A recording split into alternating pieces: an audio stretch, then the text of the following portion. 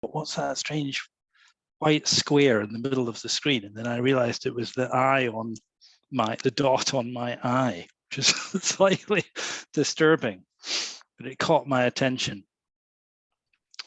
There's perhaps before I start, I should make it clear that we're just beginning our project, and so I'm sure many of you would like to me to be giving a talk about the exciting things that we've found, particularly those of you that have already found most of the exciting things, which I'm well aware.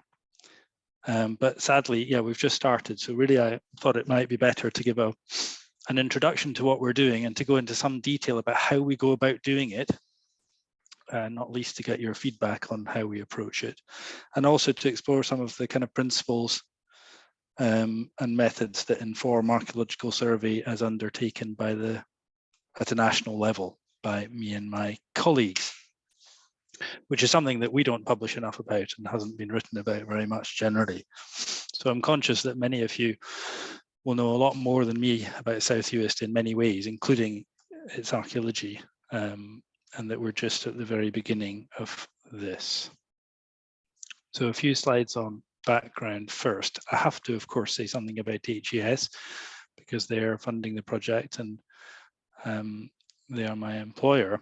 So this is the sort of basic slide that every HES presentation has, most of which is not specifically relevant to our project, but some parts are. At the top, there's a very large number attached to grants and funding, and it's probably worth saying that HES and its predecessor bodies are and have been heavily involved in funding most things archaeological in Scotland for 100 years. So, for example, if you think about the work done in South Uist in the 1950s, in advance of the building of various military installations, that was funded by the predecessor body of HES.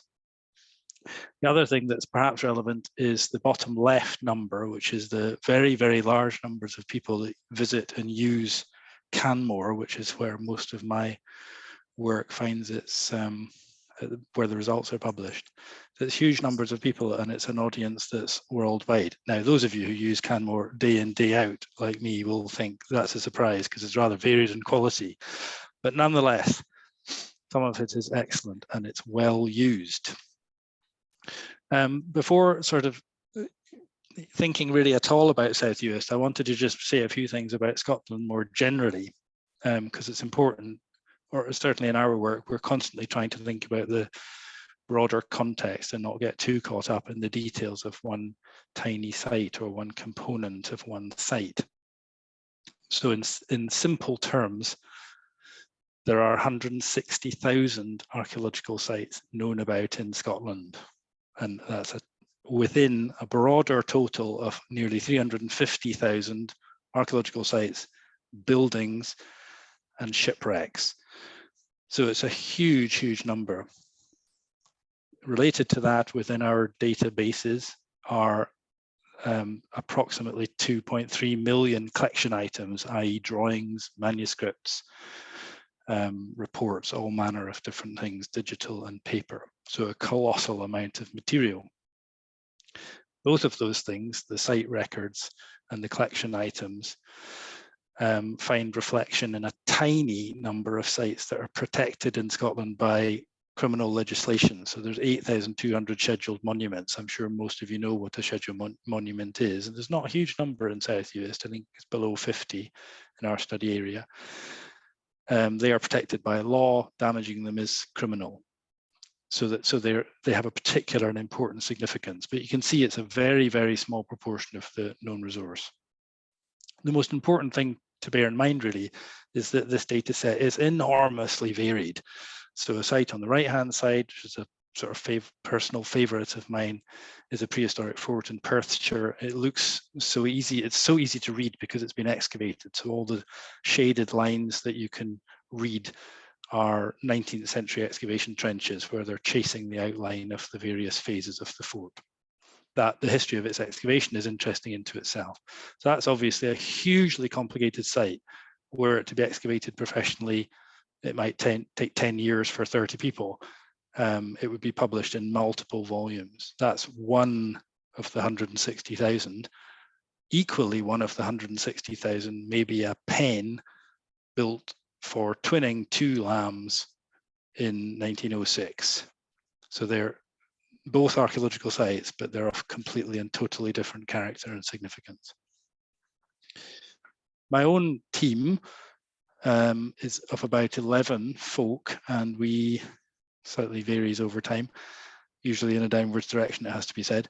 And we work on a series of long-term programs of work. So we don't really work on projects, we work on programs. Some of them, some of you might be familiar with. So for example, there's an aerial program, which is finding crop mark archaeological sites, photographing buildings, photographing landscapes. There's area survey, which is what we're doing at the moment in South Uist, and there's a number of other types of work as well. Now, although we're quite a small team, we think, it's not totally easy to work out, that the team has recorded about 40,000 sites over 100 years. So our team and its predecessors, a state-funded archaeological survey, came into existence in 1908, and we think it's in the region of 40,000, not including crop mark sites, as in sites that survive under the surface, that are, and their discovery is usually done from a plane. So there's probably something like the same again. The point being that although we're quite a small team, we've contributed quite a high proportion of the overall data set, for good or bad. It's worth, I think, also mentioning in the context of any talk about archaeological survey, quite how significantly it's changed over time. The way I've chosen to present that is to think about revolutions, it being a useful term in archaeology generally. And there have been a series of usually technical revolutions that have profoundly affected how archaeological survey is done, how landscapes are understood, and what the results of archaeological surveys have been, or so I'm trying to suggest. The first one of those is widely available aerial photographs. So the whole of Scotland was photographed from the air by the RAF in the 1940s. Where I am in Inverness-shire, it was 46. In other parts of the country, it was a year earlier, and sometimes it was as late as 49.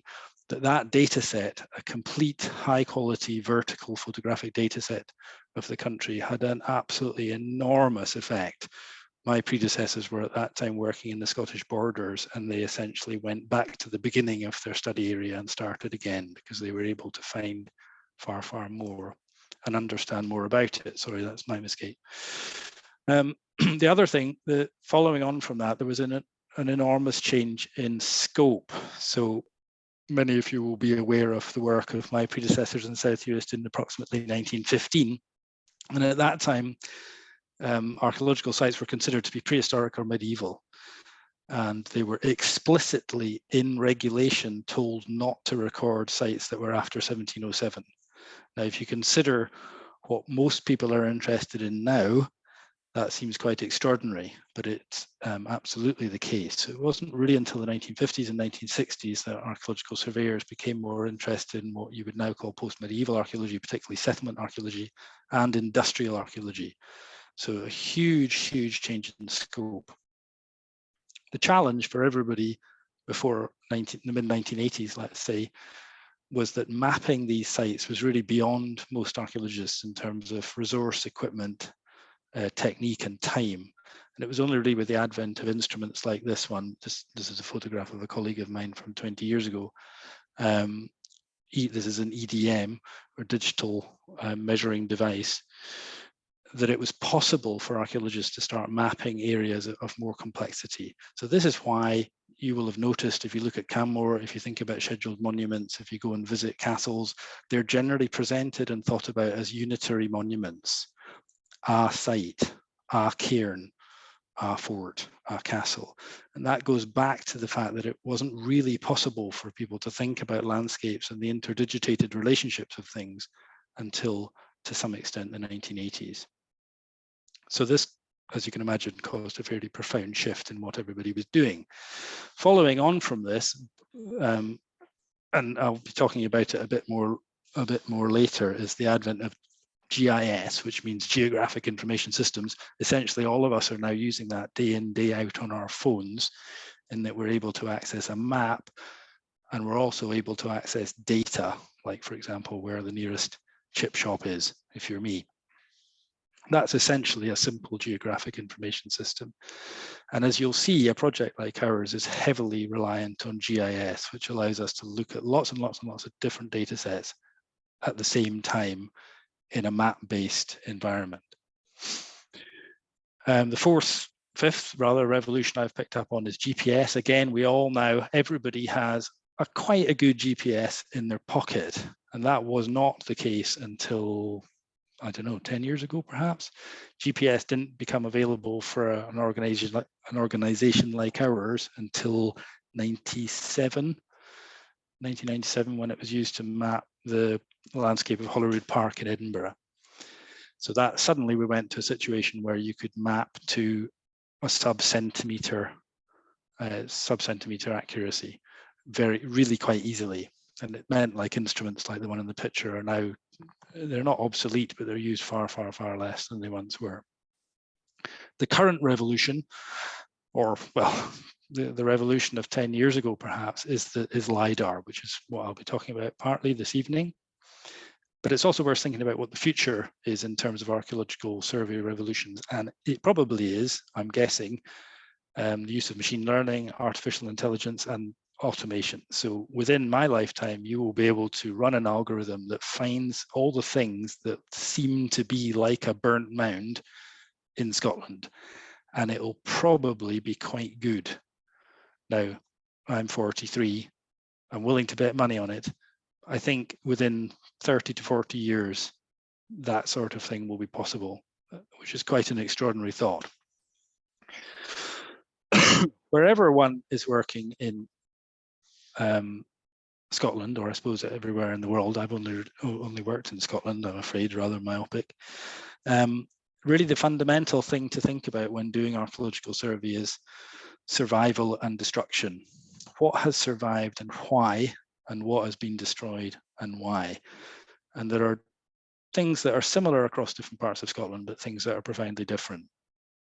I remember years ago going to a talk by Anna Ritchie about Orcadian archaeology, which was actually for colleagues in advance of a trip to do with scheduling more sites.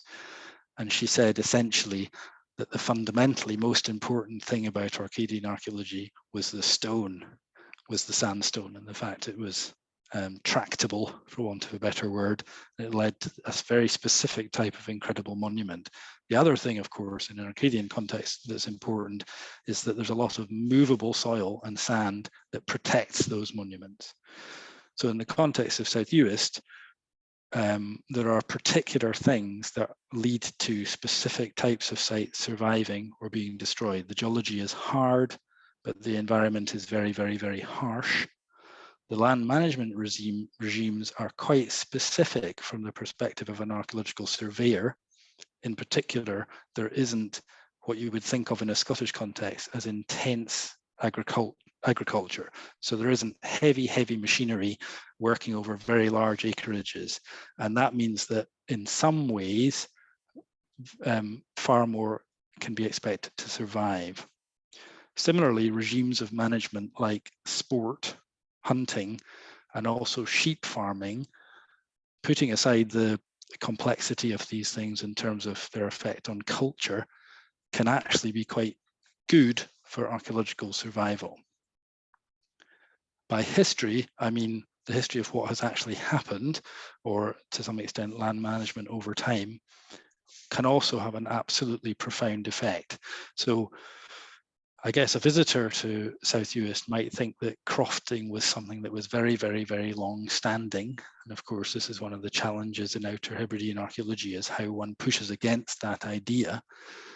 In fact, the establishment of crofts in the late 18th and early 19th century, because it was essentially a form of agricultural improvement, had a hugely, for want of a better word, negative effect on the pre-existing settlement pattern, in that it was largely removed, not completely, but largely.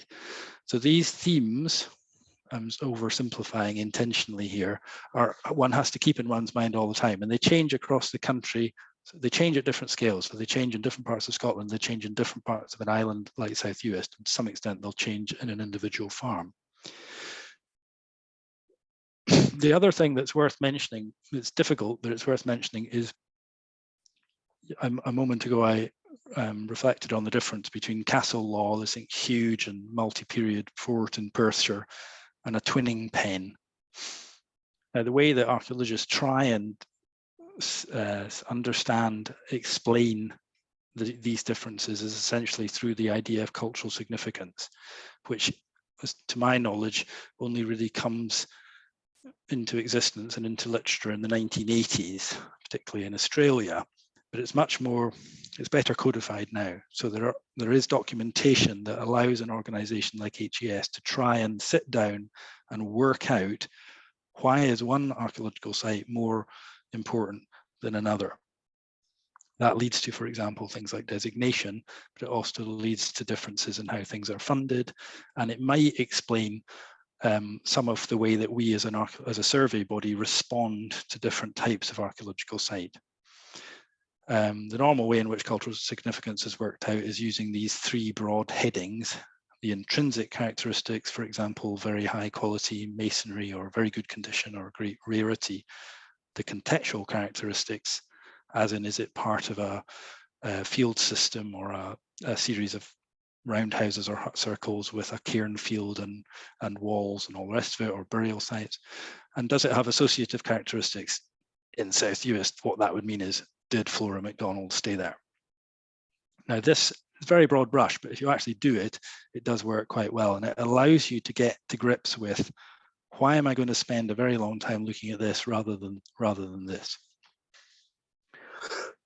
I should briefly say something about previous work, and because it's a sort of research interest of mine, one of the things I'll maybe say something about is my predecessor's work about 107 years ago or so, or 100 years ago or so. More broadly speaking, there has been roughly 150 years of interest in the archaeology of South Uist, illustrated by a picture of North Uist. Of course, that, I mean, but not by professional archaeologists, but by map makers, by antiquarians, A. Carmichael, Beveridge, you all know as well as me. And like with all of Scotland, you tend to get a mixed bag or a mixture of work that's pursued by different bodies for different purposes. So in South Uist, that's the same as everywhere else. There's some work by the national survey bodies. There's some coastal erosion projects, particularly since about 2005. In South Uist, there's hugely important university-led projects, and certainly in my experience in Scotland, it's the best studied area from that particular perspective. So there's often some university-led work in an area that we work in, but rarely so much, so well published, as sort of sector leading, I think it's probably fair to say. There's obviously some developer funded work, which in some parts of Scotland would dominate the scene. And there's some community or individual led projects that are often self-funded. So this pattern of different sources of information is very common in Scotland, but I've emphasized in bold the ones that I think are particularly important in the context of South Uist.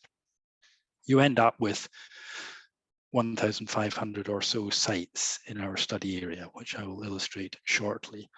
The important thing to remember is that no survey is ever complete, and they need to be judged upon their resources, their aims, and their methods. So I have a great deal of respect for Neil Sharples and Mike Parker Pearson, but they have written some slightly critical things about the work of the old Royal Commission in South Uist in the 1910s. And because nobody's done any research about it or published anything about it, of course, it's difficult to know how you can criticize it. The important things to bear in mind is that most of the work was done by one individual person on foot in 1914 and 15, J.G. Callender, who went on to be the head of the National Museum of Scotland and have huge arguments with Gordon Childe about the date of Skara Brae. his work was stopped, of course, by the First World War. And it's easy to, although we all know it's a huge event, the First World War, it's difficult to understand quite what an impact that had on even a tiny little government-funded body, as in they basically were told you don't have any money for approximately 10 years. So they didn't do anything else until the early 1920s. This picture's from about 1924. The chap in the middle is an architectural historian who was shot in the leg in the First World War and worked for the Royal Commission for 40 years and was probably the most prolific architectural historian in the country for quite a long time. So obviously they missed lots of things. You know, that's partly what I'm talking about. But judged by the method they were using and the work of the time, their work was actually very, very good, and they were certainly trying to be very thorough. So that's a few slides about the background. On to the project itself. Our study area is enormous and slightly intimidating. It's in the region of 500 square kilometers. It's rather difficult to measure. And the two images here are showing you the study area on the left. On the right is the same area, and it shows the coverage of LiDAR data.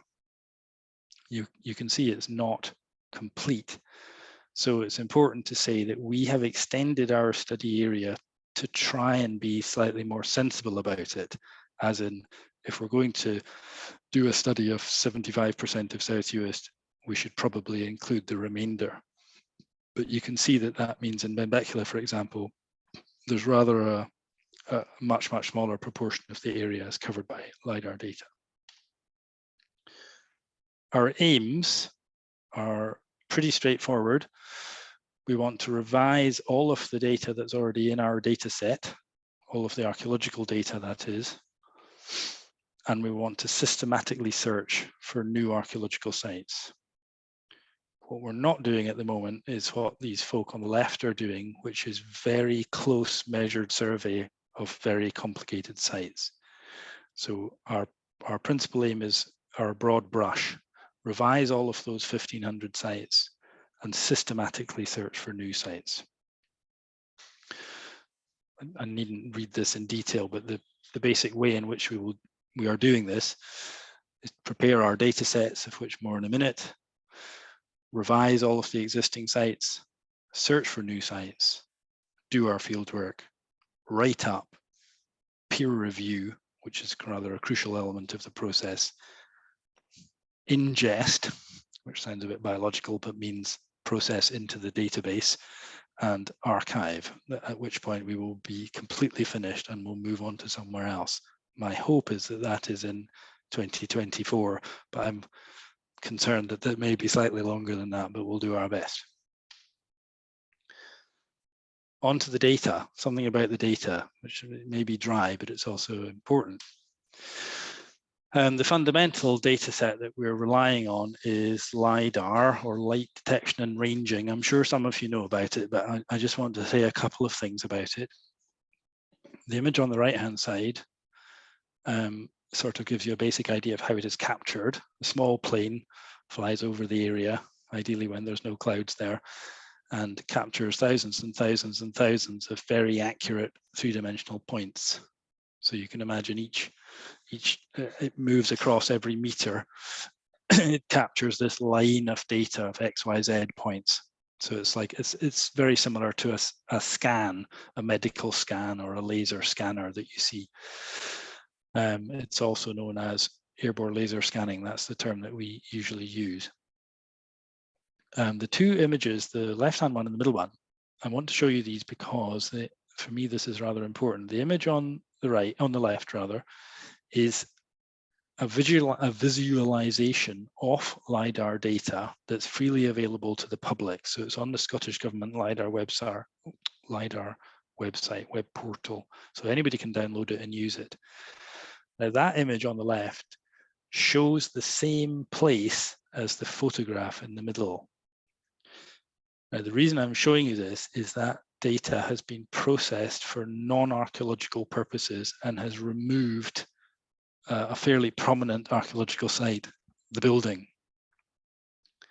i.e., the way that this data is captured and the way that it is processed is really, really, really important. So you can look on lots of websites and see LiDAR data. The one on the left is a screenshot from that type of website. It's removed the archaeological sites.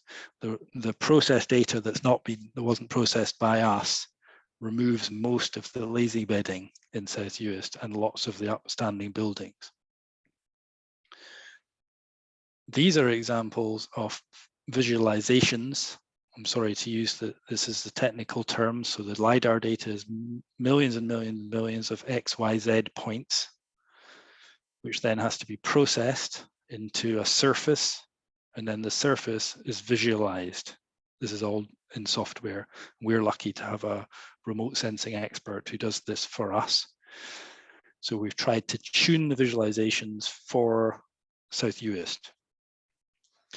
The three images show different visualizations of the same site. So all I'm trying to show is that they show different things in different ways, as in it's quite complicated. For those areas for the parts of the study area that we do not have LiDAR, we're falling back on what has been used for 70 years, vertical aerial photographs. We've got full coverage for 3 different dates, all of which are what we would call leaf on, but as in summer, spring, summer, autumn. But there's a great variation in how good they are, and it depends where you are. They're more intuitive, of course, for everybody, including archaeologists. You can look at it and you immediately understand it, whereas the LiDAR data has a complexity to it and you sort of need to get your head around what it's actually showing. Some of them are really good. So this is, my Gallic's not great, so I'll just call it St. Columba's, just southeast of Balovanich. The bottom image, you can very clearly see the buildings that are associated with the chapel.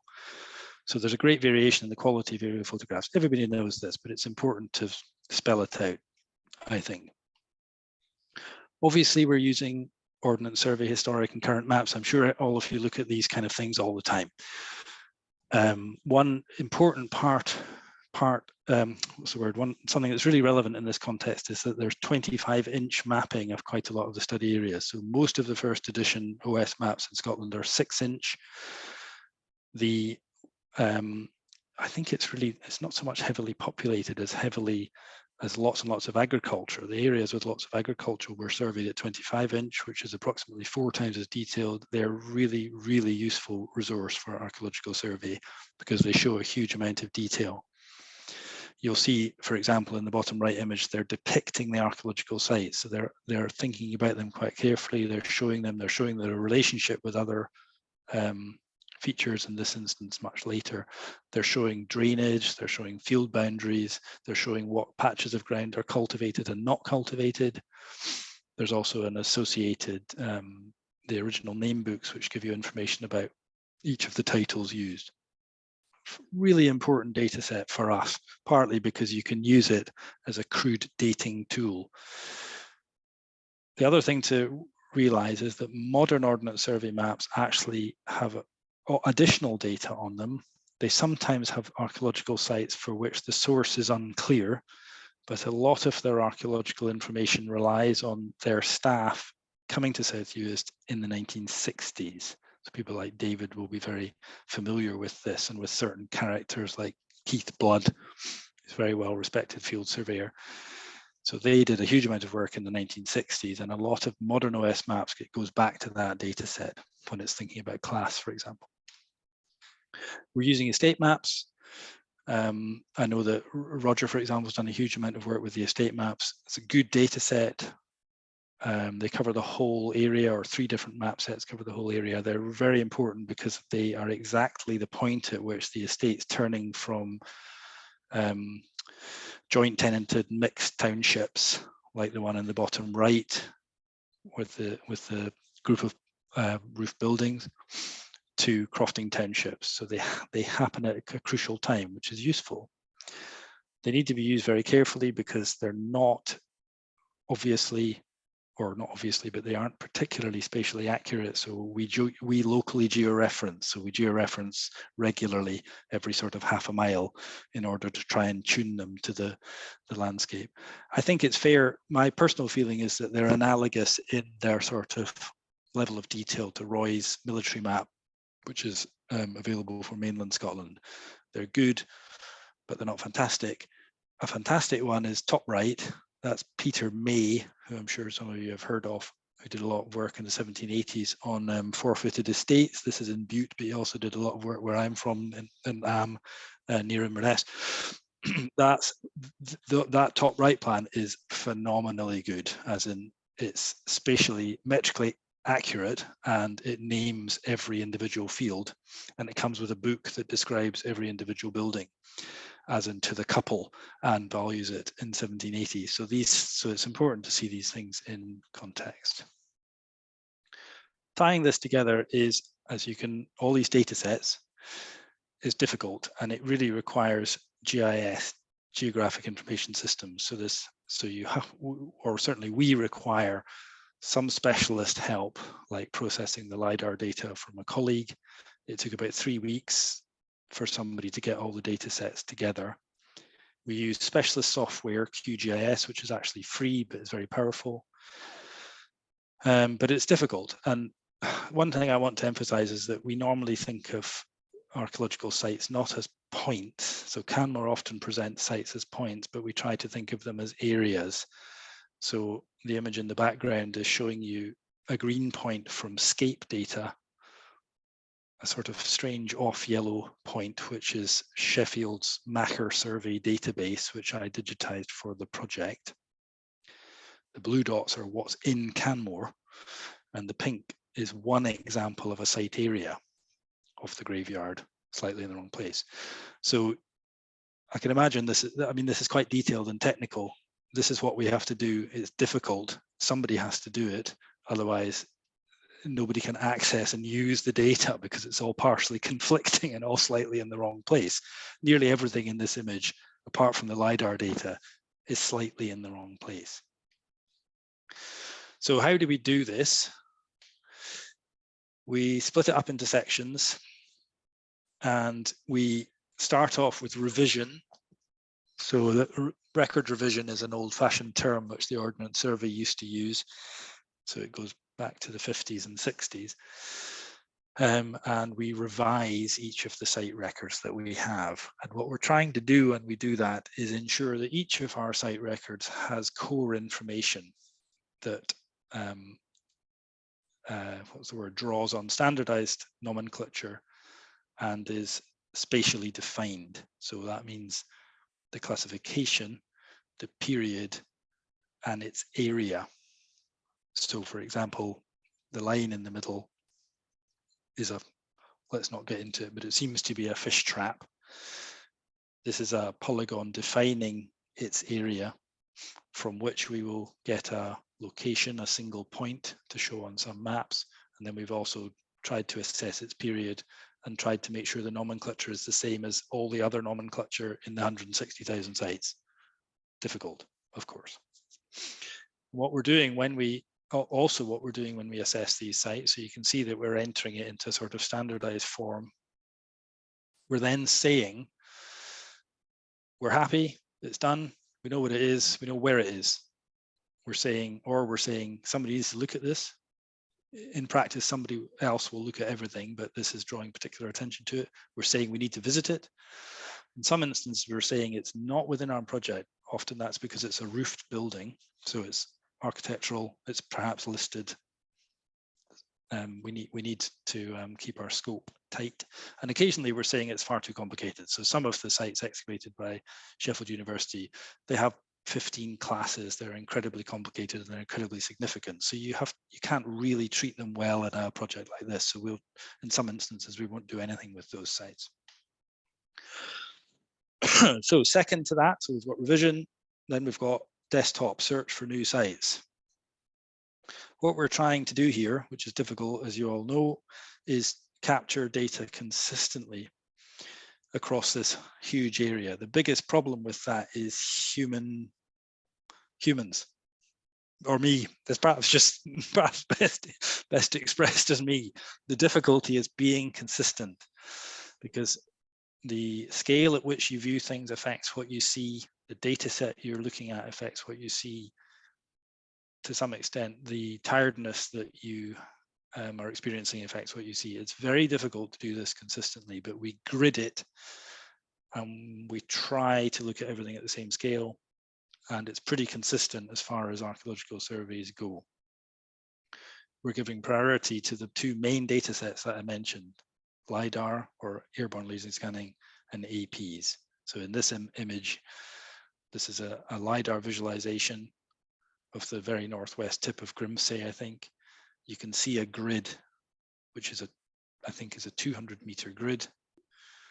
You can see the scale of it is 1:863. So we're actually looking at about 3 times the detail of this. Now you can imagine if you do that for day in, day out, it's actually quite difficult to do, and it's quite it's time consuming and it's tiring in a very particular way. So it's hard to do it, but it works. We're then doing targeted field work. So likely we will visit probably most, if not everything, that we think is prehistoric and or medieval. What we won't do is visit everything that we find, and that's because I suppose it's essentially because of a resource issue, but it's also because we don't find that it adds much to quite a number of sites. So if, for example, we're looking at an isolated roofless building built between the first and the second editions, we know exactly where it is, we know the date of it. We can create data that is consistent and of high quality. We just won't visit it because we'd rather move on to another area, for want of a better term. So we're targeting our fieldwork resource. The other thing that is obvious is what we're not doing is walking over the whole area. Now, I haven't been doing this for 100 years, but the experience of our team over 100 years is that walking across the whole of Scotland is simply impractical.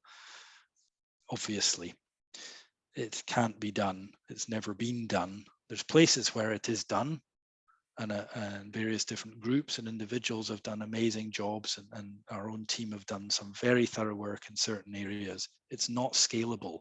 The only way to do very, very large areas in a reasonable time frame is using remote sensing data sets. And I think everybody knows that. The 1950s pre-military work in South Uist was based on aerial photographs, because they realized that that was a sensible way of targeting resources. But we will also visit lots of other sites where, for example, we're visiting sites where we're not sure what the class is, what the date is, what the extent of the site is. Now, you can't be sure about any archaeological site. It's all a balance. So by sure, we mean on the balance of probabilities, everything suggests this is post-medieval. But we're saying if there's an instance where we think it might be prehistoric, we would go and visit it and try and tease that out. We'll also go and visit sites where they're of particular interest, because they're a very good example of the roofless building built in 1890. And we also visit sites because you can't get good at field analysis and field observation unless you go and look at lots of sites of a wide range regularly. And you need to tune into a particular landscape. So we're aware of all this. So we will try and visit quite a high number of sites. So how are we getting on? I simply used this illustration because I thought it indicated our slow progress, and I'd never heard of such a thing before. This is a tortoise tank, which apparently weighs, digressing slightly, nearly 80 tons. And unsurprisingly, has therefore been left in the Kirkcudbright training area to be shot at. An absolutely extraordinary thing. How are we getting on? So with aim 1, which was revising the existing archaeological records, we have essentially completed the initial part of that. The principal difficulty, of course, is quite significant variations in the accuracy and the precision of the positions of different sites. So by accuracy, one means, is it in the right place? And by precision, one means how specifically is that position given. So there are lots and lots and lots and thousands of sites in our data set that have accurate grid references. They are correct, but they're only precise to 100 meters, a 100 meter square. And that's because up until about 1990, that was common practice in the sector in Scotland. So we are slowly chipping away at improving those because it's a different world now and everybody wants things to have a point in exactly the right place, but it's worth trying to distinguish between the two things. Another huge issue or specific issue with South Uist is that we have some archaeological sites which are sort of slightly irrationally large, as in they are a township of 50 buildings. And they are a product of a project that was undertaken about 25 years ago that discovered about 25,000 sites in Scotland. And the way they chose to deal with townships was to group them because I think essentially it made it manageable for them. It's difficult for us. I hope for obvious reasons, because it's how do you manage something if it's that big, and how do you split it into its components, and how do you record if somebody's excavated one of the 50 buildings but not the other one. It creates all sorts of problems. And the other, I suppose there's a particular difficulty with resolving all of the mounds on the west coast of South Uist. This is not, it's worth saying it, I sort of said it before, but the survey work of Sheffield in the 90s and published in 2012 is excellent. A lot of it was done with EDM,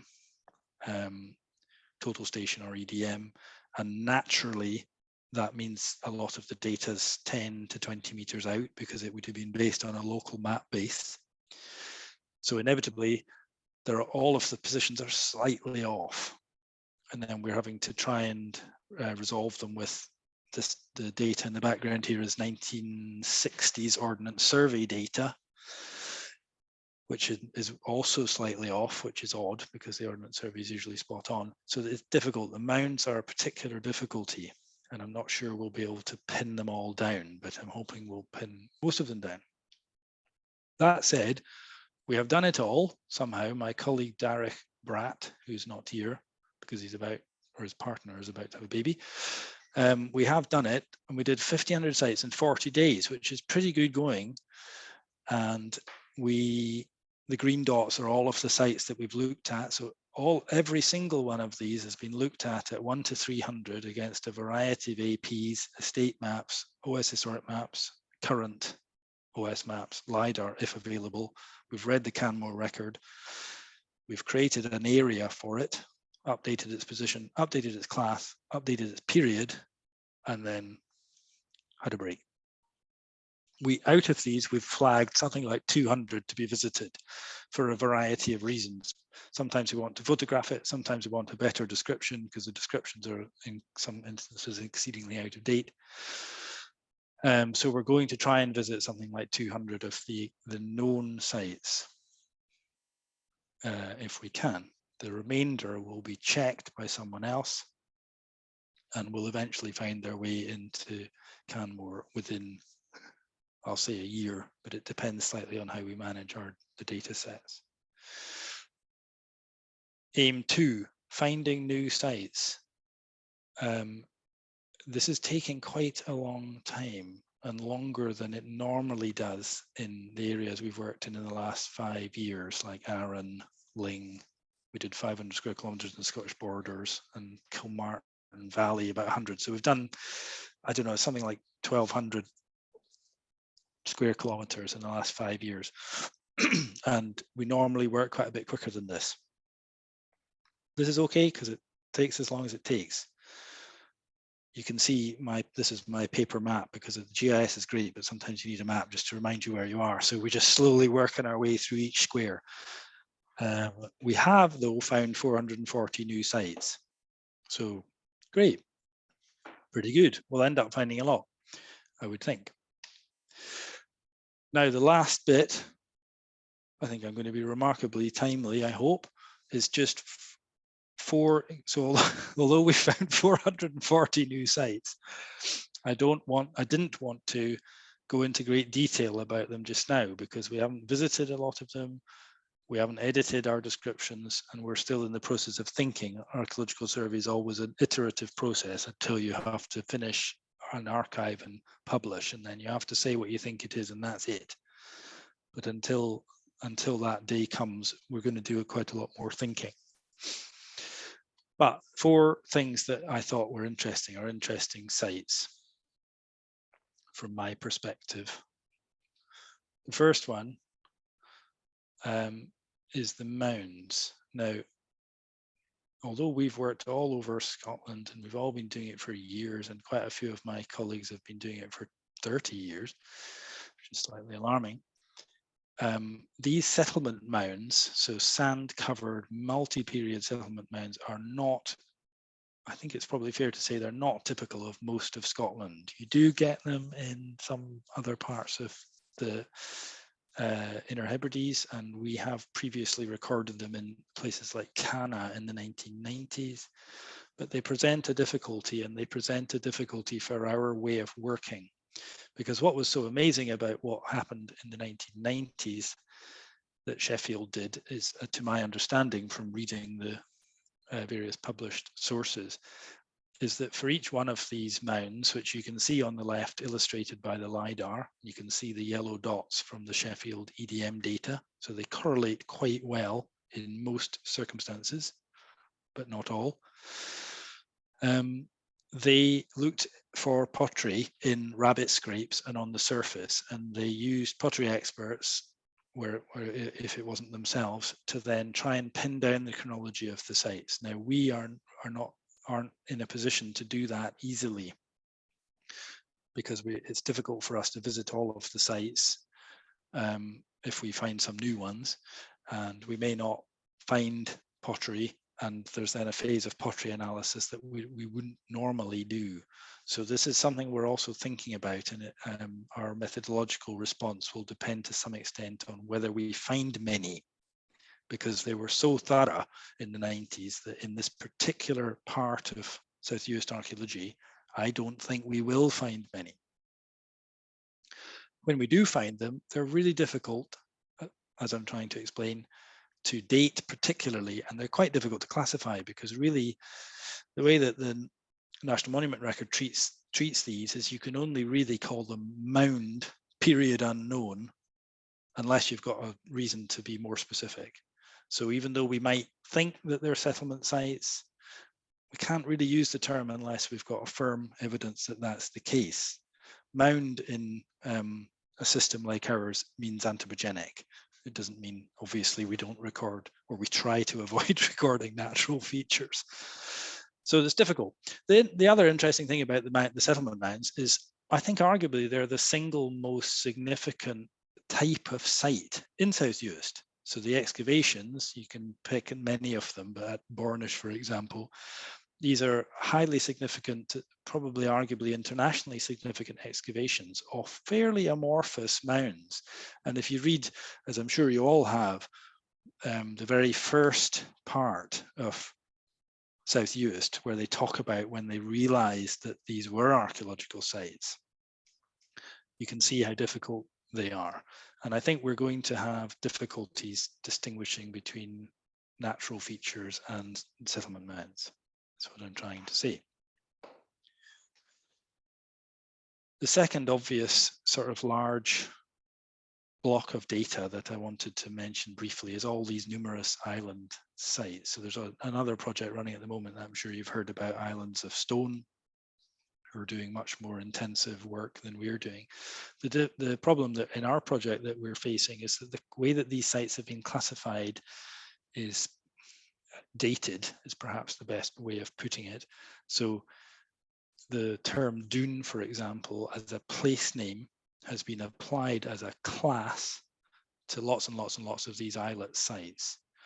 And dune, the Gaelic word dune, can mean all sorts of things, including natural features, whereas the archaeological classification dune actually has quite a specific meaning, which doesn't apply to almost every site in South Uist. So this is really difficult. We're going to try and work through it, I think, and split the things out into what they really are: brochs, crannogs, where there are artificial islands, medieval buildings in some instances. But there's also some interesting things coming out from the data. So the top right site, Castle Bigram, sorry if my pronunciation is not good. Now you can see from this rather good aerial photograph, you can see the additional buildings and you can see a bit of a sense of the phasing of them. I haven't got it here, but the LiDAR data makes it very, very clear that this range of buildings here is late in the sequence, and that the range of buildings, I hope you can see my cursor, but the range of buildings at the top of the building running from left to right is early in the sequence. And it shows very clearly, you can see it in this image, but the LiDAR is clearer. It shows that the buildings on the left overlie the enclosing wall. So it gives you a simple, better understanding of the site. And it also crucially indicates, gives us some confidence in saying that more than the tower is medieval. The buildings on the left are most likely to be post-medieval. I think they may even be on some map sources, somebody will correct me, but the buildings at the top are medieval. And of course, if you said to somebody, if you came to our data set and you said, give me a report of all the medieval buildings in South Uist, it's very difficult to do, because it's difficult to be confident. But I think we're going to find quite a few that are in association with medieval features, whether chapels, as in the image I showed you much earlier, or towers, as in this one. And we may, I think, at the end have a bit more confidence in saying, here's a data set of what we think are medieval buildings. This, you would imagine this had all been sorted years ago, but it just simply hasn't. The site at the bottom, Dún Tortoise, for me is really interesting. So this is a well-known designated site. What I find fascinating about this is the first edition 25-inch shows this island as a reedy islet with no mention of an archaeological site. The chap I was lauding earlier, J.G. Callender, visited it in 1915, and he wrote quite a fairly confused description. And yet, you can see from this image that it's a perfectly good broch with a gallery that goes around much of the circumference, a very clear entrance, clear outer and inner wall faces. What more do you want? Now, I think my theory is that's because it's been excavated. So one of the interesting things that comes out of doing lots of archaeological field survey is sites that have been excavated for which there is no record. And I think that might be one. Another one is, now I really don't know how to pronounce this, but Wav Yosel in Ushinish, the wheelhouse and souterrain, which if you crawl into the souterrain, as I'm sure some of you have, you eventually reach the end of it and you reach a perfectly flat earthen face. It took me quite a long time to realize that that can not possibly be there unless somebody had dug it out and left this perfectly flat earthen face. And of course, when you look at the plan of Ushinish wheelhouse, and you think about the way that wheelhouses survive in other parts of the Outer Hebrides, it's actually quite obvious that it's been dug out, but there's no record of it. So we'll try and add this kind of nuance where we can. Two more slides and then I'm finished. So farmsteads and townships are, of course, the bread and butter of lots of archaeological survey. I must be straightforward and say that many, as in hundreds, of the sites that we discover will be 19th and 20th century abandoned farmsteads that are mapped, that are well dated. So the reason we're doing that is because they're in scope, they're of interest to, well, everybody. That nowadays they're thought of as being archaeological. But the image at the bottom right is showing you a very big pink shape. That's a township. So we have a site record for that township and we're now splitting it up into all its constituent parts. So one township will become 15, 20 croft farmsteads, little individual farmstead groups. What we won't do is split out the individual buildings because we really would never stop. So we try and group things where we can. The top right image is my favorite farmstead thus far, which I think it's Cladich Carinish, and I've seen it, I'm sure, in a piece of work by Roger or somebody, so I'm sure some of you will be aware of it. What is fantastic about it from my perspective is that it gives you a whole lot of information about the different themes that in these little farmstead groups. So everything that you can see in the top right, I expect all of it, and certainly most of it, will be post 1800, but it's a powerful indicator of dynamism, complexity of building design, standardization, the relationship of the agricultural landscape with the maritime landscape. This is brilliant stuff as far as post-medieval archaeology goes. So you've got a cleared slipway, which is what the term we're using. There's big problems with the nomenclature that everybody's used being different. You've got nosts, boat nosts that are boat-shaped for boats. You've got buildings that are probably post-1900, square-cornered, presumably accommodation, a wonderful stack yard with stack bases, and we've so far only seen 2 sets of stack bases in the whole 500 square kilometers. A slightly earlier suite of buildings that are probably 19th century. So really interesting. So if one was going to choose a site for measured survey of these farmsteads, this would be one of the ones that one would choose. An interesting, complicated little post-medieval landscape. Continuing on that theme, we are looking very hard for, and hopefully going to find some of, the pre-Crofting Township buildings. There's Sheffield University have done this and have found some of them, particularly at Geddes. There's a fantastic designated little medieval farmstead. I think we will find some of them, but if you look at the left-hand image, this is southwest of Ballyvanich. It's the first edition, Crofting Township, overlying the estate map. And I hope you're able to see my cursor, or to at least see the 2 clusters of red building outlines, Airdmore and Airdbeg. So this is actually a wonderful image of what is normally called agricultural improvement, for want of a better word. So you have 2 nucleated townships, which are 18th century and earlier, which are removed and replaced by a single Crofting Township. Now those, we can't see any evidence for those 2 townships in all of our data sets, but we will create them as archaeological records because they likely survive beneath the surface. So they're actually quite exciting in a way. They're 18th century townships. We know exactly where they are. We can say something about them, and they can be protected and managed. They can be protected from development, and they can be managed, assuming that something of them survives, which I think it probably does. On the right-hand side is, I think this is Reed, isn't it? 1799, south of Carinish, showing the pre-existing townships and what they're intending to do in terms of setting out crofts. Now, for me, this building in the central image, if you can see my cursor, then I'm highlighting it just now. If not, it's the one that's immediately east-northeast of the junction in the road. So there's a long, slightly bow-sided, robbed-out building that's exactly where the township was. It's not on the 1st and 2nd edition. It seems to me to be slightly different in character from a lot of the 19th century stuff. So we'll be going to look at that. That might be a pre-Crofting 18th century building. We're not finding lots of them, but I think we will find some.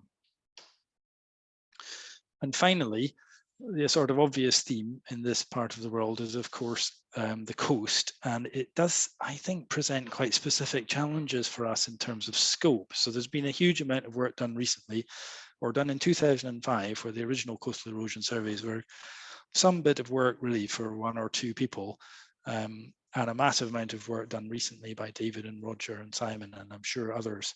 Brilliant, but there's more to be found.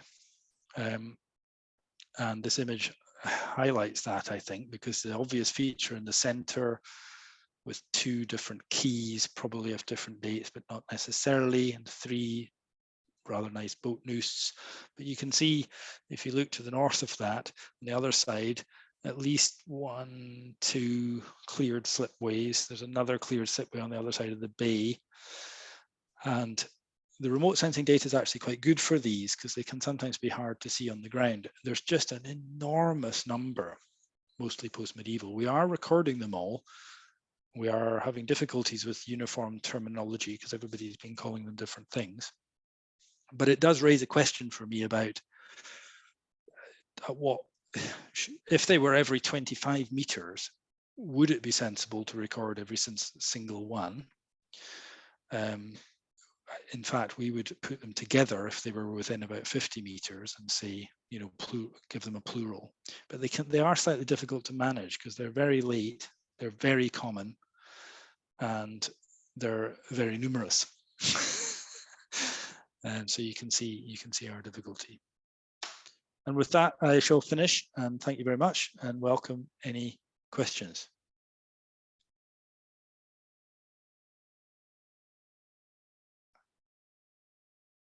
If anyone is still there. Well, thank you, George. That's been really interesting. Your favourite site, I think, is down Knockween. It's just near your place, Anne. Mm-hmm. It's the next croft along. I think it's had a new building put on the site now. But yes, it's one I recognise quite a lot. I've done a 3D of some of those buildings myself, so it's quite well known. I'm sure there must be people with questions. We've got a question from Jackie. She's saying, where was the last image? Let me just go back to that. Sorry, George, it was the image with the cleared slipways. Where was it?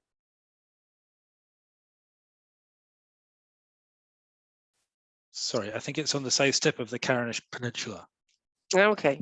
No, it's just interesting because we went for a walk, one of the times we were up, and we literally walked, I can't remember, sort of a very small distance with a colleague of mine who knew quite a lot about slipways, who kept going, there's another one, there's another one, there's another one.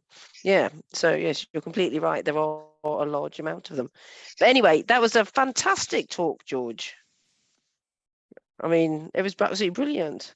I mean, the challenges of mapping cannot be underestimated, as we all know, so, I mean, an absolutely brilliant, I suppose, account of both kind of the past, the present, and I guess the future. But I guess one of the questions I wanted to ask was, why South Uist in the beginning? Is that because it has a series of work to draw on? Everyone loves the fact you're doing the research, but why did you decide to focus on South Uist, George?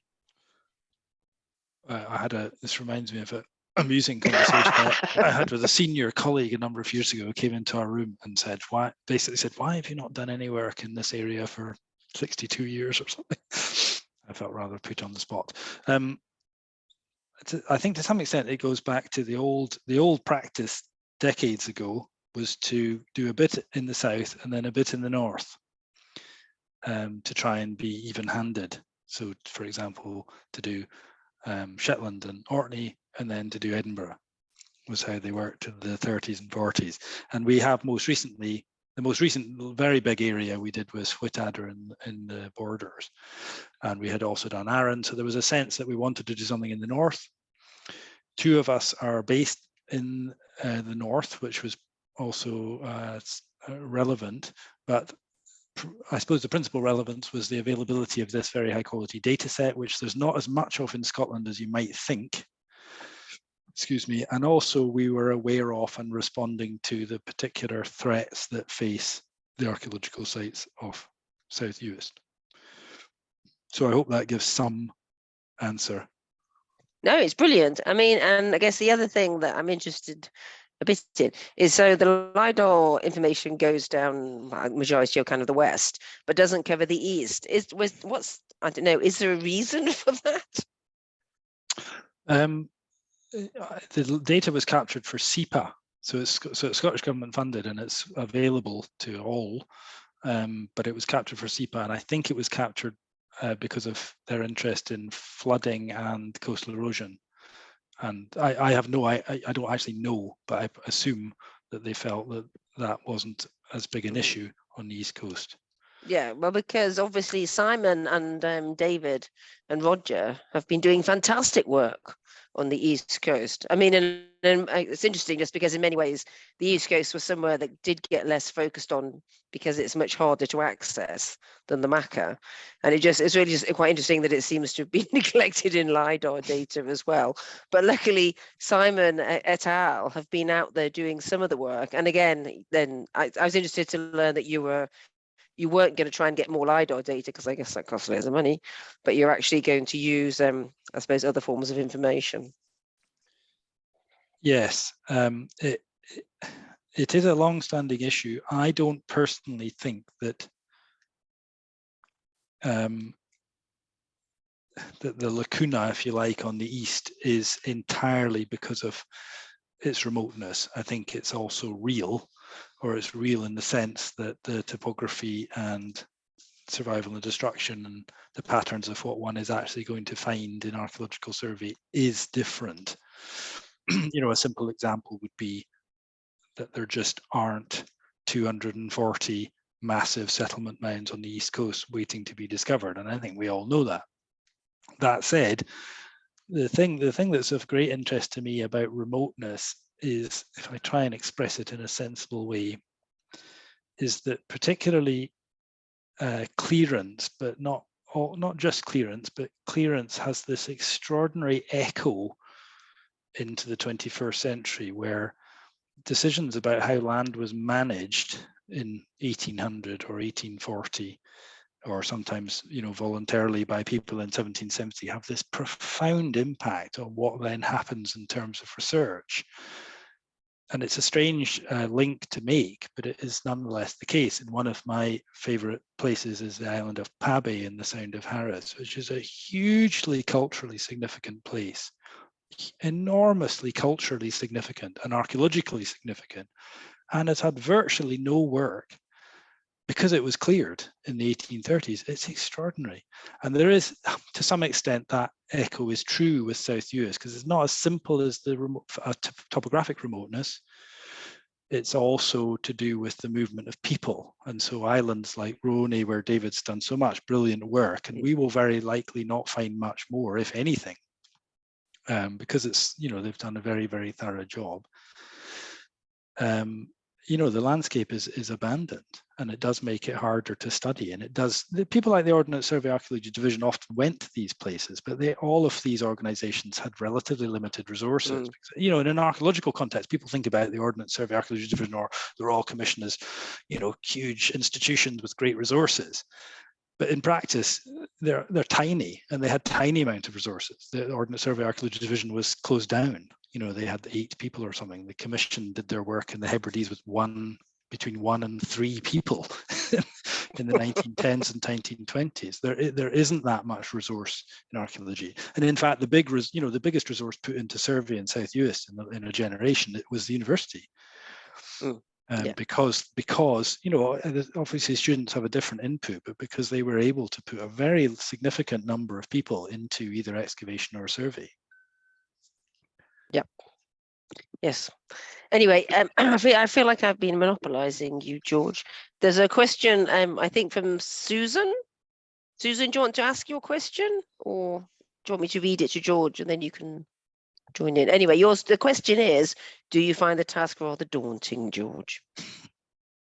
Well, I think what's daunting is, so I've recorded 3,800 sites in Scotland, and I've been working for 12 years. I've got colleagues, GPH Watson, the guy I showed a photo of earlier, worked in essentially doing much the same work for 45 years. Ian Fisher, who died recently, who wrote the book about West Highland sculpture, was doing it for his entire working life. And of course, you know, many people are involved in archaeology because they're passionate about it, but that includes people who do it as their job. You know, a lot of these people were completely, for want of a better word, obsessed. They spent their entire professional and personal lives trying to find archaeological sites and find out more about them. And what is very difficult for me, it's not, one project is fine, we'll get through it. It's just a matter of, you know, breaking it up into chunks and working through it. What is daunting is how you come to terms with working away at this for your whole working life. And then somebody saying at the end, oh, bloody hell, the whole thing's been scanned at 17 times the resolution and we've found 40 million other sites that you never knew about, which seems to happen whatever, there's no archaeological survey is ever complete. It's the nature of the game, because people start asking different questions with different methods at different times. I mean, David, perfectly reasonably in one of his reports said that he'd noticed that my predecessor had been to this island and hadn't said anything. But of course he didn't. They were explicitly being told to not record relatively recent stuff. So they left and didn't record it. But that seems madness 70 years later. But this is the nature of the game, for want of a shorter answer. Thank you. That doesn't sound daunting. Yeah. George, there's a couple of other comments in the chat boxes. Lots of people saying that they found the talk really, really interesting. Great overview of methodology. David sent a lovely comment and he said that he will be sending you some comments by email. Good luck. I think that's generally rather than in response to the email he's going to be sending you. Yeah, excellent talk. And Kerry said, thoroughly enjoyed the talk, gained great insight into the project. And she said when she visited South Uist a number of years ago, she was struck by the number of sites with no interpretation. Is there now more interpretation available for visitors who might not be aware of the significance of the sites? Does anybody want to comment on that? Well, I'm not best placed to comment on it, other than to say that for us, we are always thinking about multiple scales, and the widest scale, the notion of thinking about multiple scales, so thinking about Scotland, what's important in Scottish terms, thinking about South Uist or a county, thinking about an individual site, and trying to relate this way of thinking about the world at different levels. This is a real challenge for the archaeologist and the archaeological surveyor. What you notice is interpretation changes over time. You get more, you get less, you get an input of funding or enthusiasm by a community or an individual or an organization, and then lo and behold, it falls down. I mean, Cladhallen's quite a good example where it's got good interpretation. That the last time I was there was, the passage of time is affecting it. And again, it's the nature of the beast. And perhaps one of the fascinating and exciting things about this stuff is it isn't all signposted and explained, and that somebody like Simon or David or many of you, and to some extent myself, can come along and have a feeling of excitement and discovery about things that were mapped and lived in 150 years ago or 60 years ago, and are maybe appear in lots of data sets. This is I think something that's actually rather wonderful about the discipline of archaeology, that all the answers aren't there. And of course, a brilliant thing about archaeological survey is that the vast majority of archaeological sites have not been excavated, and their interpretation relies on people like me and thee trying to work out what it is on the basis of essentially observation, critical analysis, and the balance of different sources. And that task was done very well by people in the 19th century, and it is still done very well by some people now, and occasionally done very badly.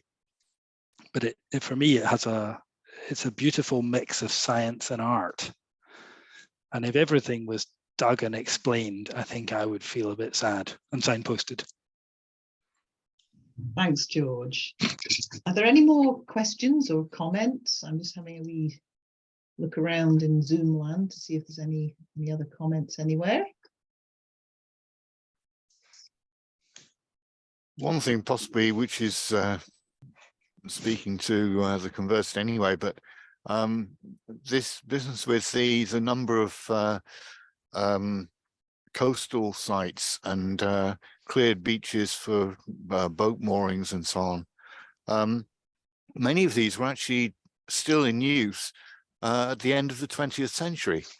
In fact, along the north end of South Uist, the Regashnish Road wasn't completed until the late 1990s, and all the houses along there had their own slipway, and they would take their boat to the co-op, and there's actually at the back of the co-op there's a big mooring area and a quayside that they could tie up to do the shopping and take the boat back home.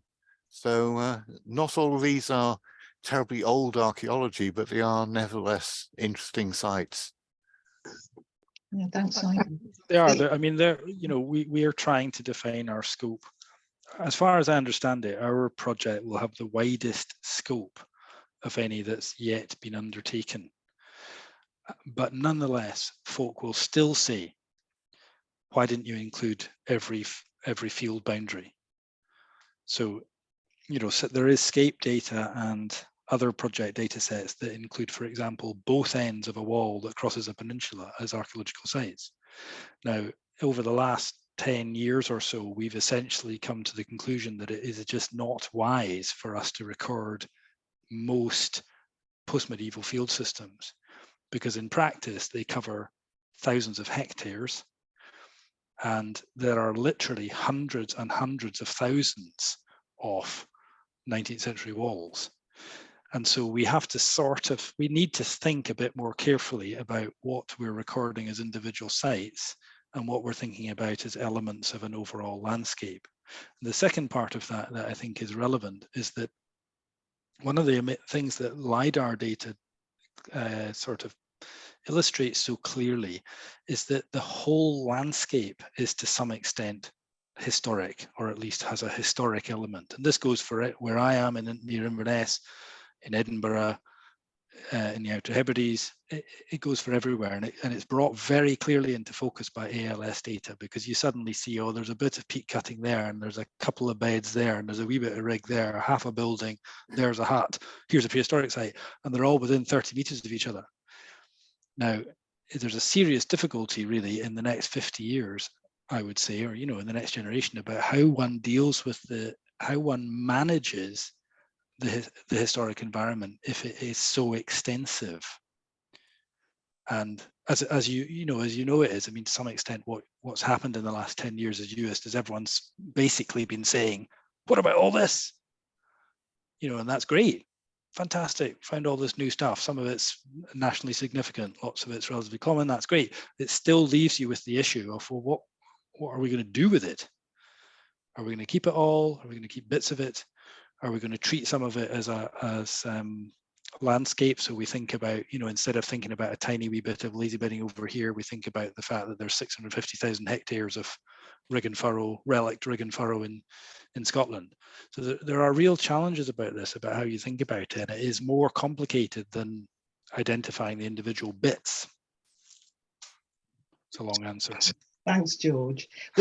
We've got a question in the chat box, and I know Alistair has raised his hand. If I just, when can the LiDAR information be accessed online? Oh, sorry, where can it be accessed online? That's Susan's question. So there's two quick answers. One is if you Google the Scottish Government LiDAR portal, that leads you to a map. I shall write it in here, shall I? That would help. Where you can find which parts of the country have LiDAR data, and you can download it, but it's not particularly easy to use and interpret. The other place that there's a lot of LiDAR is, as I'm sure lots of you use it all of the time, is the National Map Library website has some LiDAR data sets in it that are processed. But the processing, as I tried to say, the processing of LiDAR data is really quite complicated. It's not impossible, but it needs quite a bit of thought and quite a bit of reading. If somebody my email's up there. If you're really interested, please drop me an email. Also, with any corrections, please drop me an email. Great, thank you. Alistair, would you like to come in with your question or comment? Yeah, okay. George, I was particularly interested in your reference to Archvik, Archvor, just on the northwest corner of Benbecla. Well, I stay in Archvik, so, I'd be quite interested in some of the, research you're doing there, because I have croft history going back, if you want to tie it up to crofts, that there's 37 crofts in here, and some of them are away out Muirbeard, where there is some very good evidence of cleared crofts as well. So the Archvik, Archvor, research is of quite a lot of interest, and maybe I could help you on that if you're doing anything further. But what we also have on this northwest corner, you know, Aird included, and your reference to, you know, information, some, you know, being regarded as new information, but then eventually it becomes, you know, older information. What we do have here also is a lot of evidence of Second World War buildings, because this corner of Aird was actually compulsorily purchased by the government from Lady Gordon Cathcart at the time of the Second World War. So what you had was a lot of military related structures on the crofts here, and some of them were completely cleared, but there are a lot of foundations. Some structures are actually still standing, a lot of the red brick structures that were built for various purposes. So anyway, just a comment about the Aird location that you mentioned. Mm-hmm.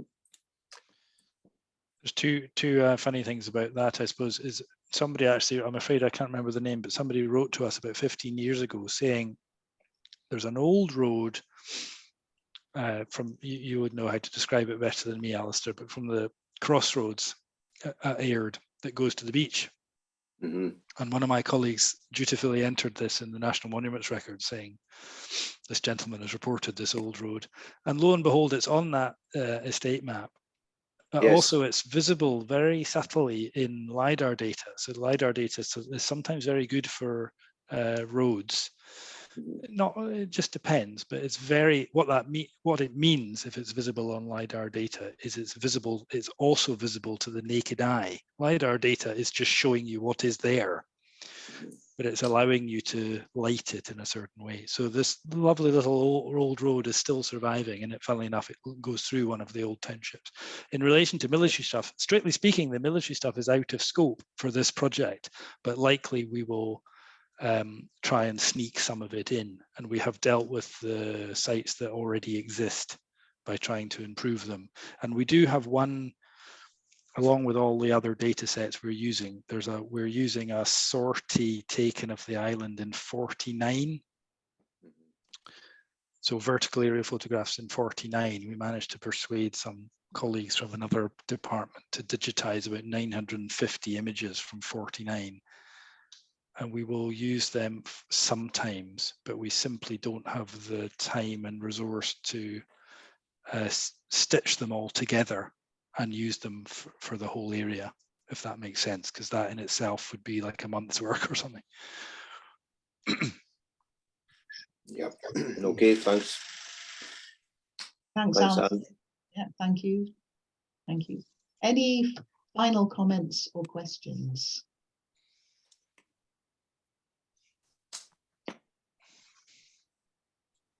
Well, George, thank you so much on behalf of all of us, and that was absolutely fascinating.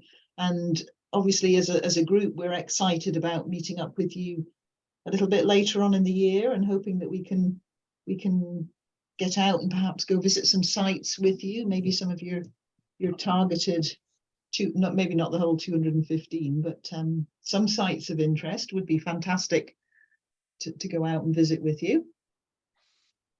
Of course, I'm looking forward to seeing you all. And if anyone has any queries about any of what we're doing or any of the sites that are already in things like Canmore, please just drop me a line. David can tell you that I constantly send him, or Roger or Simon, that I will respond very quickly, although not always in the most helpful manner.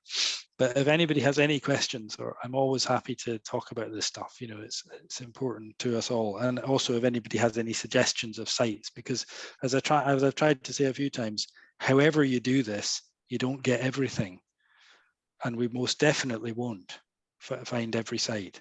It's just it's sort of impossible because you start asking different questions.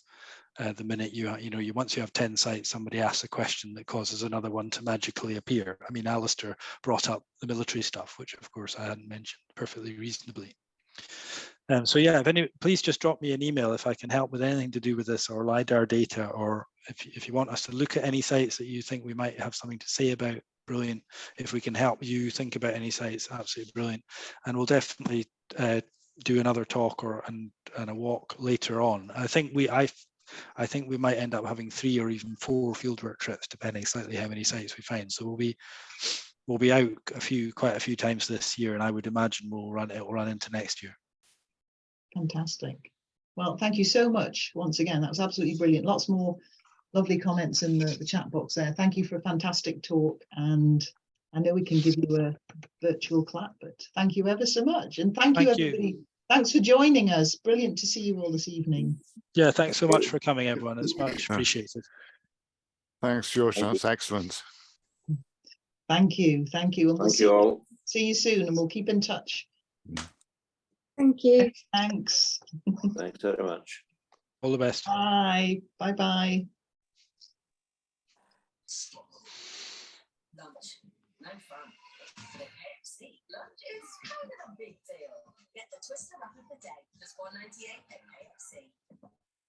Low wages. What most people think bus drivers earn, you'd be surprised. At first bus, I know